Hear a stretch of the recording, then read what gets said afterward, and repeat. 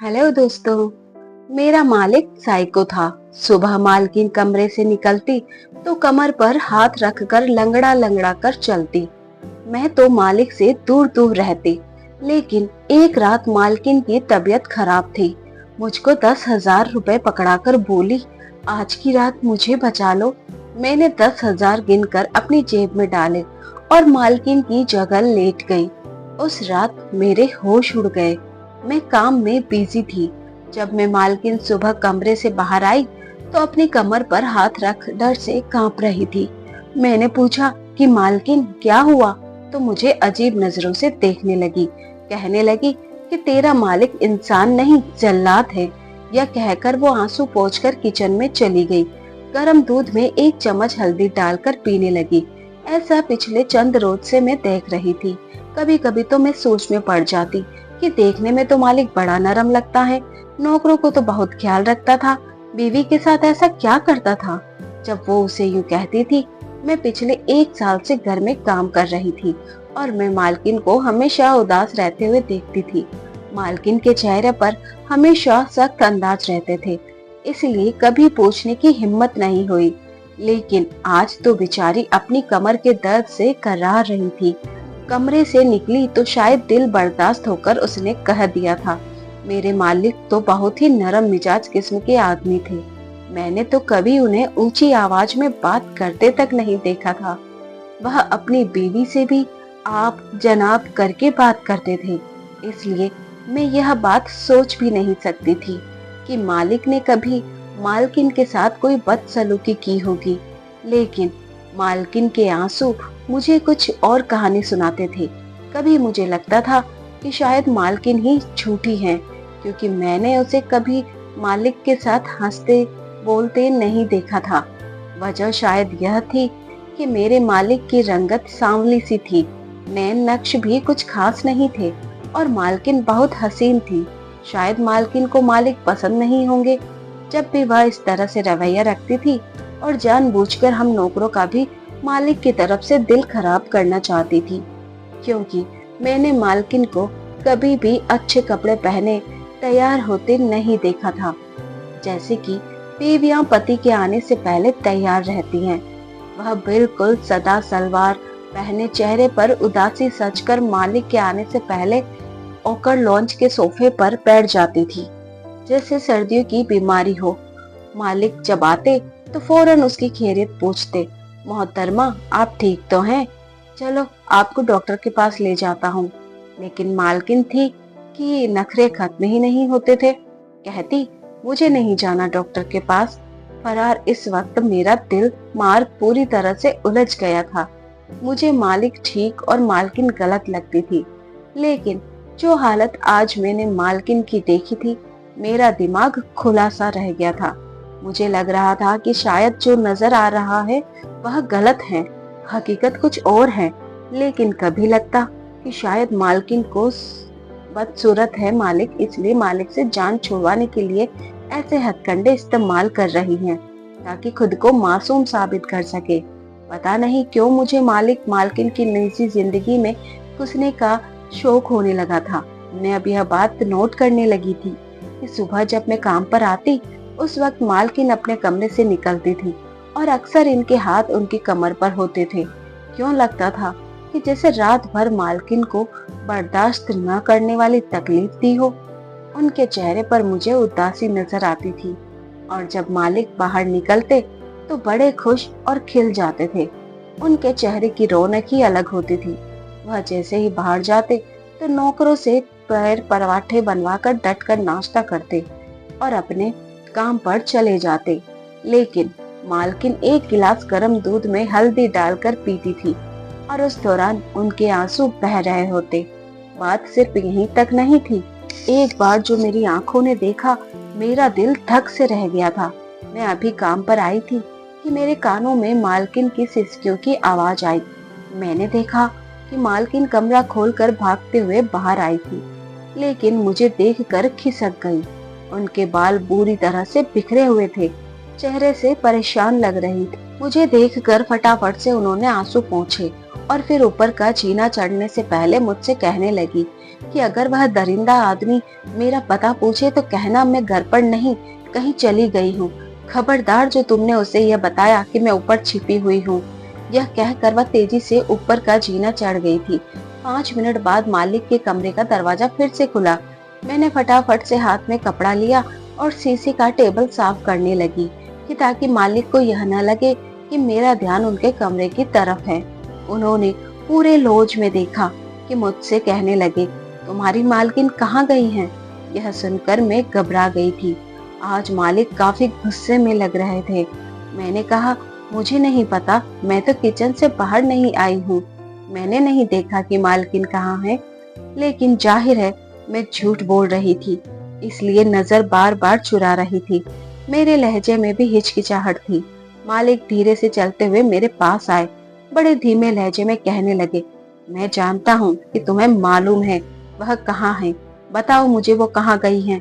मैं पूरी तरह से घबरा रही थी कि अगर मैंने मालिक को सच बता दिया और मालकिन को पता चल गया तो मुझे बहुत डांटेगी, और अगर मालिक से झूठ बोला और उन्होंने मेरा झूठ पकड़ लिया तो शायद मेरी नौकरी से निकाले जाऊंगी मैं। मैंने ऊपर की तरफ इशारा किया और धीरे से मालिक से कहा कि प्लीज मेरा नाम मत लीजिएगा। यह सुनकर वो मुस्कुराने लगे। फिर जेब से एक 500 का नोट निकालकर मुझे पकड़ा दिया। कहने लगे, अगर ऐसा ही है तो तुम मेरा साथ दोगी तो मैं भी तुम्हें खुश कर दूंगा। यह कहकर वह ऊपर चले गए। लेकिन मैं डर रही थी। पता नहीं क्यों आज मुझे मालिक का अंदाज कुछ ठीक नहीं लग रहा था। मुझे मालकिन सच्ची और मालिक झूठे लग रहे थे। कुछ देर बाद ही मालिक मालकिन का हाथ पकड़कर उन्हें नीचे ला रहे थे। बड़े प्यार से उनसे बात कर रहे थे। कहने लगे कि आप क्यों मुझसे इतना दूर भागती हैं? चलो बैठो इधर, आज मैं आपको अपने हाथ से नाश्ता करवाऊंगा। लेकिन मालकिन बार बार अपने हाथ उनके हाथ से छुड़वाने की कोशिश कर रही थी। मालिक ने बावर्ची से कहा, दूध का गिलास लेकर आओ, और फिर अपने हाथ से मालकिन को दूध पिलाया। वह तो बड़े प्यार और मोहब्बत दिखा रहे थे। मेरे दिमाग में अभी वही सवाल था, फिर मालकिन मालिक से डरती क्यों हैं? वो तो बहुत ही नरम मिजाज के थे। कुछ ही दिनों बाद मेरी माँ को नानी की मौत की खबर मिल गई। माँ कहने लगी कि मैं तुम्हें अकेले घर नहीं छोड़ सकती, क्योंकि मैं और मेरी माँ ही घर में अकेले रहते थे। बाबा ना थे हमारे, और मेरे अलावा माँ की कोई औलाद न थी। माँ कहने लगी, अगर तुम्हारी नौकरी न लगी होती तो मैं तुम्हें साथ ले जाती, लेकिन अगर तुम काम छोड़कर मेरे साथ गांव चली गई तो तुम्हारी नौकरी छूट जाएगी और वापस आकर हमें खाने पीने के लाले पड़ जाएंगे। मैंने कहा, तो माँ फिर मैं अकेली कहाँ रहूंगी? मेरी माँ ने मालकिन से बात की, जब तक मैं गांव से वापस न लौट आऊं आप मेरी बेटी को अपने घर पर रखें।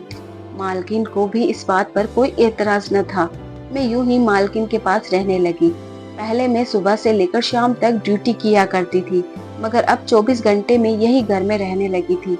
बाकी नौकर अपने घर चले जाया करते थे, जबकि मैं वही मालकिन के घर में ही रहने लगी थी। इन सब का जब खाने का वक्त हुआ तो मैं गरम गरम खाना बनाकर मालिक के आगे रख दिया। मालकिन कमरे से बाहर नहीं आई थी। वो कितनी ही देर कुर्सी पर बैठे रहे, मालकिन का इंतजार करते रहे, बार बार घड़ी की तरफ देखते रहे और फिर कहने लगे कि जाओ अपनी मालकिन को बुला कर लाओ, खाना ठंडा हो रहा है।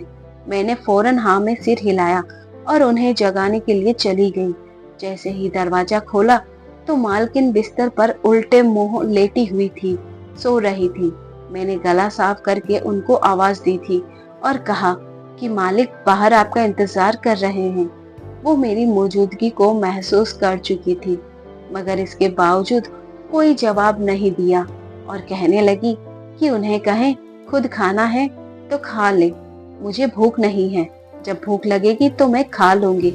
इतना कहकर उन्होंने खुद को सर से पैर तक रजाई में लपेट लिया था। मैं यूं ही वापस लौटी तो मालिक के माथे पर बल पड़ गए।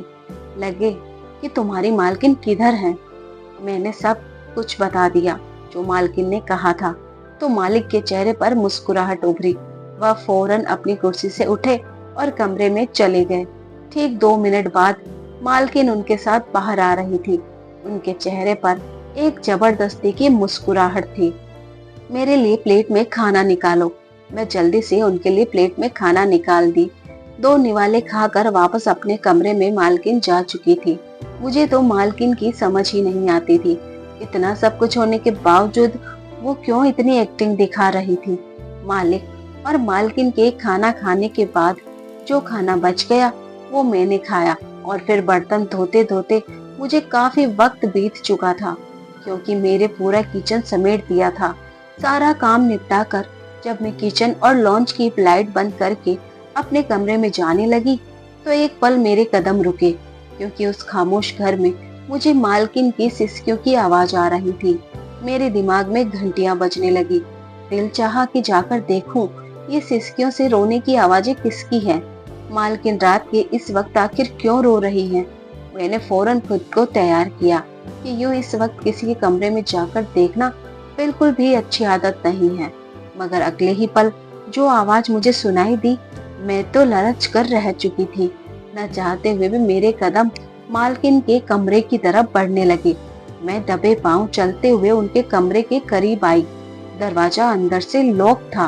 मैंने खिड़की से देखना चाहा, मगर जैसे ही खिड़की के करीब आई तो अंदर से मालकिन की आवाज और तेज हो चुकी थी। वो रो रही थी, जबकि मालिक बड़े ही और प्यार से कह रहे थे कि कितनी बार तुमसे कहा है कि पेट भरकर खाना खाया करो, वरना बाद में ऐसा ही दर्द होता है। तुम नौकरों के सामने भी मेरी बेइज्जती करती रहती हो। मेरा तो कोई ख्याल ही नहीं है। कितनी बार कहा है कि इस कमरे में जो चाहे सुलूक कर लिया करो, मगर बाहर नौकरों के सामने और रिश्तेदारों के सामने मेरे साथ इज्जत से पेश आया करो। जो मैं कहूँ वही किया करो। न जाने कि तुम मेरी बात नहीं मानती। मालिक अपनी इसी नरमी को बरकरार रखते हुए बात कर रहे थे, जबकि मालकिन के रोने की आवाज और तेज होती चली जा रही थी। खिड़की के अंदर से बंद थी, इसलिए मैं उसे खोलकर देख नहीं सकती थी। मुझे यह सब समझ में नहीं आ रहा था कि मालिक तो आराम से मालकिन से बात कर रहे थे, वही नरमी और प्यार भरा लहजा था, मगर इसके बावजूद आखिर क्यों इस कदर रो रही थी मालकिन। मैं फौरन खिड़की से हट गई और अपने कमरे में जाकर लेट गई। सारी रात मेरे दिमाग में यही सब चलता रहा। सुबह उठी तो फिर वही मंजर देखने को मिला। मालिक के उठने से पहले ही मालकिन कमरे से बाहर निकल आई थी। उनकी आंखों के पास मुझे कुछ हल्के गड्ढे महसूस हो रहे थे। वो काफी बुझी बुझी सी लग रही थी। उनका हाथ अपनी कमर पर था। वह लंगड़ा लंगड़ा कर चलते हुए आई और कुर्सी पर बैठ गई। मैं जल्दी से गरम गरम नाश्ता उनके सामने रखा, मगर उनका वजूद कांप रहा था। वह जूस का गिलास उठाने के लिए हाथ बढ़ाने ही लगी थी कि हाथ कांपने की वजह से गिलास छूटकर उनके हाथ से गिर गया। गिलास का गिरना था कि मालिक फौरन चिल्ला उठे, क्योंकि उस वक्त वो अपने फोन पर किसी से जरूरी बात कर रहे थे। मालकिन कपकपा कर रह चुकी थी, फौरन माफी मांगने लगी, मगर तब तक बहुत देर हो चुकी थी। मालिक ने गुस्से से अपने दोनों हाथ मेज पर मारे तो झटके की वजह से जूस का जग उल्टा गिर गया था। सारा जूस खराब हो चुका था। मालिक की आंखों में खून उतर चुका था। कहने लगे कि लगता है कल रात का सबक तुम जल्दी ही भूल चुकी हो। अब देखना मैं आकर तुम्हें दोबारा सब कुछ कैसे सिखाता हूँ। मालकिन डरी दुबकी बैठी हुई थी, जबकि मैं गौर से छुपी नजरों से किचन के दरवाजे के पास खड़ी मालिक का यह रूप देख रही थी। आज तक मालिक को कभी इस लहजे में बोलते हुए नहीं देखा था। मुझे याद था जब मैं यहाँ नई थी, दूसरे दिन मुझसे कीमती डिनर सेट की प्लेट टूट गई थी, मगर मालिक ने कुछ भी नहीं कहा। उल्टा महंगा डिनर सेट मुझे दे दिया कि अपने घर ले जाओ, और अपने लिए नया डिनर सेट मंगवा लिया। मेरा तो दिमाग फटने लगा था। आखिर ये सारा चक्कर क्या था? मगर अब मैं पता लगाना चाहती थी। उस दिन जब मैं मालिक के कमरे की सफाई करने गई तो बहाने से उस खिड़की को अंदर से खोल दिया था कि रात को मुझे देखने में आसानी हो। शाम हुई तो एक बार फिर मालिक घर चले आए। मालकिन सारा दिन कमरे से बाहर नहीं निकली थी। उनके चेहरे पर मौत की सजा छाई हुई थी। दिन के वक्त जब मेज पर खाना लगाकर मैं उन्हें बुलाने के लिए गई तो वह अपने कमरे में बैठी रो रही थी। कहने लगी कि मुझे भूख नहीं है, तुम चली जाओ। जी चाह रहा था कि पूछूं, मगर फिर कुछ सोचकर खामोश रह गई। आखिर वो बड़े लोग थे, हम गरीबों को कहाँ कुछ समझते होंगे। उस रात जब मालिक और मालकिन कमरे में गए तो एक दफा फिर मैं सारे काम निपटा कर लाइट ऑफ करके उस खिड़की के पास चली आई। मैंने हल्की सी खिड़की खोल दी। जो मंजर मुझे दिखाई दिया वह देखकर मेरे पैरों के नीचे से जमीन निकल चुकी थी। मालिक दरिंदा बना सोफे पर बैठा हुआ था। उसके हाथ में बेल्ट थी, जबकि वो मालकिन से एक एक चीज का हिसाब मांग रहा था। कहने लगा कि जब मैं 1:30 बजे पर कॉल पर बात कर रहा था तो तुमने कॉल उठाने में देर क्यों की? मालकिन कहने लगी कि मैं वॉशरूम में थी, मोबाइल की आवाज मुझ तक नहीं पहुंची। अगले ही पल मालिक ने बेल्ट से मालकिन की टांगों पर मारना शुरू कर दिया। कहने लगे, झूठ बोलती हो, यकीनन किसी के साथ बातों में लगी हुई थी। तभी मेरी कॉल को नजरअंदाज किया।